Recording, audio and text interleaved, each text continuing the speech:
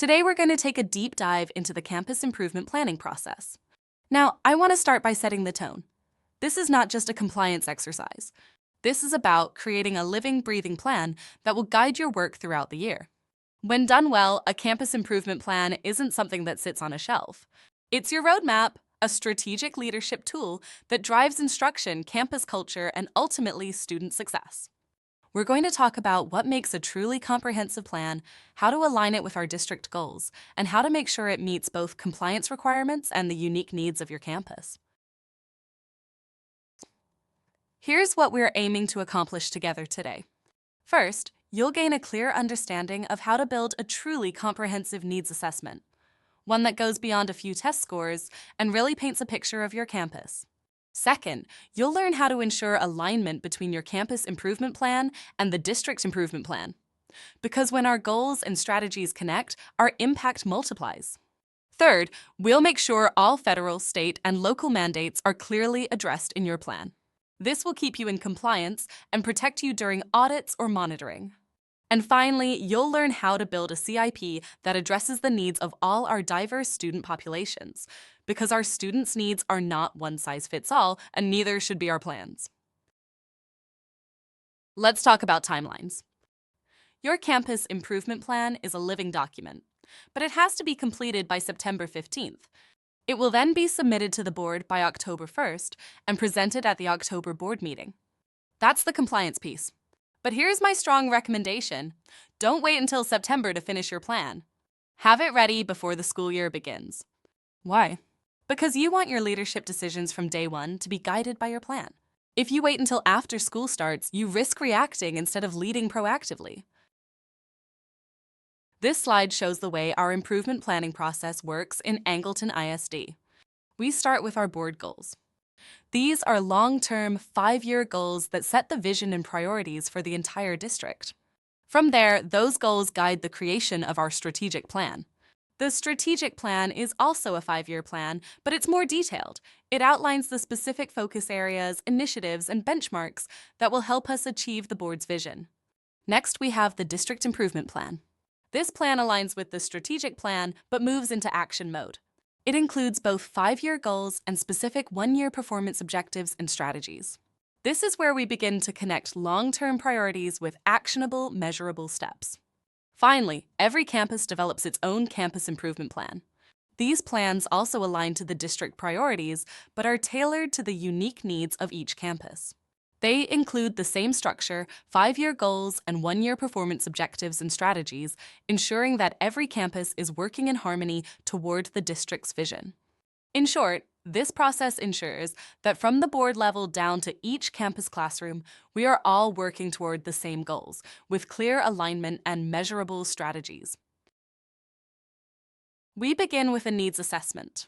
This is where we look at data, feedback, and performance trends to determine our greatest areas of need. From there, we develop problem statements. These statements clearly define the issues we need to address so that our goals and strategies are targeted and relevant. Next, we look at the long-term 5-year district goals. We then create performance objectives, which are 1-year measurable targets that move us towards those long-term goals. Finally, we identify strategies, the specific actions, programs, and initiatives we will implement to meet our objectives and ultimately close gaps and improve outcomes. This process ensures that our planning is data-driven, focused, and aligned from needs to actions.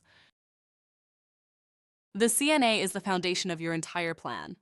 If the CNA is weak, your goals, objectives, and strategies will be off target. A strong CNA should include 5 years of trend data. Use multiple measures, not just star scores. Break data down by student groups, race, ethnicity, socioeconomic status, gender, and special programs such as GT, special education, at-risk, and CTE. Include a written narrative summarizing your strengths and your problem statements. The CNA must be collaborative. That means you are not doing it alone in your office. You need to include parents, community members, teachers and principals, paraprofessionals, administrators, including program directors like Title I, Special Education, CTE, and for secondary schools, students. Be intentional. Make sure your stakeholders truly represent your campus community. The chart shows the key federal programs tied to the CNA. For example, Title I, Part A, Improving Basic Programs, is both statutorily required and central to identifying needs. Title I, Part C addresses the education of migratory children and is also required. Title II, Part A, which focuses on supporting effective instruction, is strongly recommended to be part of the CNA process, even if not required. The same is true for Title III, Part A for English Language Acquisition and Title IV, Part A for Student Support and Academic Enrichment.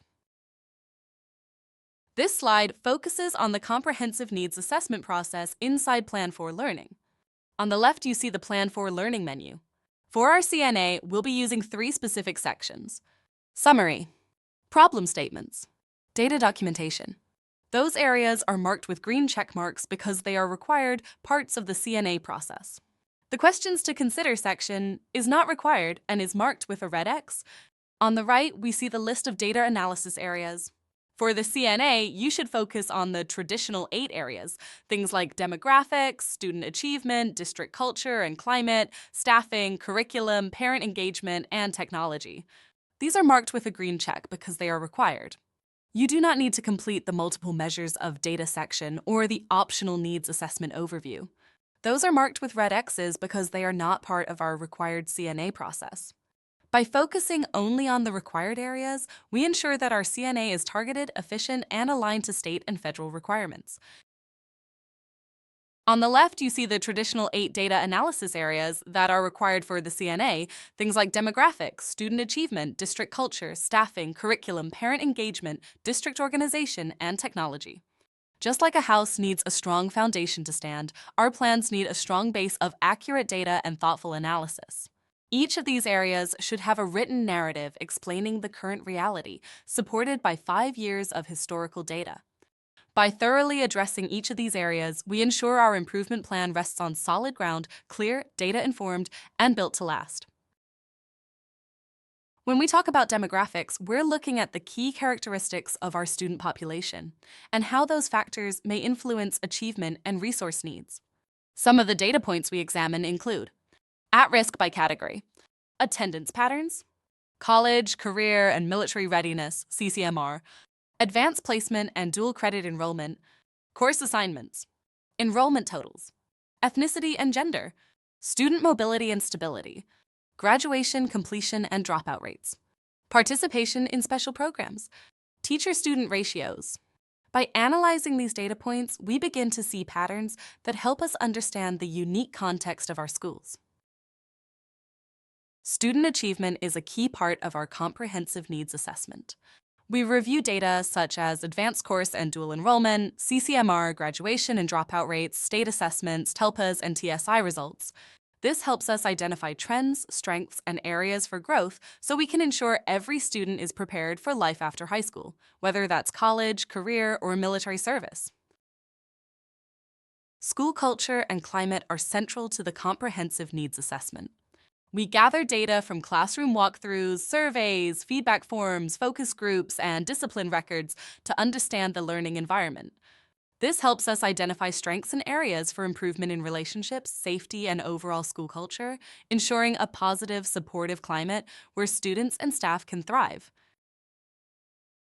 In our comprehensive needs assessment, we review teacher and staff qualifications, professional development data, recruitment and retention rates, and certification information. We also look at staff mobility, teacher-student ratios, and T-test evaluation results. This helps us identify how well we're attracting, developing, and keeping high-quality educators in every classroom. Curriculum, instruction, and assessment are at the core of teaching and learning. In our comprehensive needs assessment, we review class schedules, team alignment, benchmark assessments, lesson delivery, pacing guides, and instructional design. We also look at standards-based resources, technology use, and strategies for addressing student misconceptions. This ensures that what we teach, how we teach, and how we assess are all aligned to help students succeed. Parent and community engagement plays a vital role in our comprehensive needs assessment. We look at data on community service partnerships, demographic trends, participation in school events, mobility, and volunteer involvement. We also review feedback from parents and partnership data to understand how well we're connecting families to schools. Strong engagement builds trust, strengthens relationships, and supports student success. School context and organization shapes how well a campus functions. In our comprehensive needs assessment, we review communication processes, leadership structures, master schedules, and program support services. We also look at student support service schedules, school maps, supervision structures, and mentor-teacher systems. Understanding these factors helps us strengthen efficiency, collaboration, and support for both students and staff. We examine technology skills for students and staff, classroom technology needs, and professional development requirements. We also review resource allocations, hardware and software, infrastructure, and technology plans. This ensures our schools have the tools, training, and systems needed to support teaching, learning, and operational efficiency. This shows the difference between a general statement and a specific data-rich statement in a comprehensive needs assessment. The first statement is broad and lacks measurable details, making it hard to target improvement efforts. The second statement is stronger because it's specific to Frontier Elementary, includes context, enrollment number, and student demographics. The more precise our statements are, the better we can design strategies that address actual needs.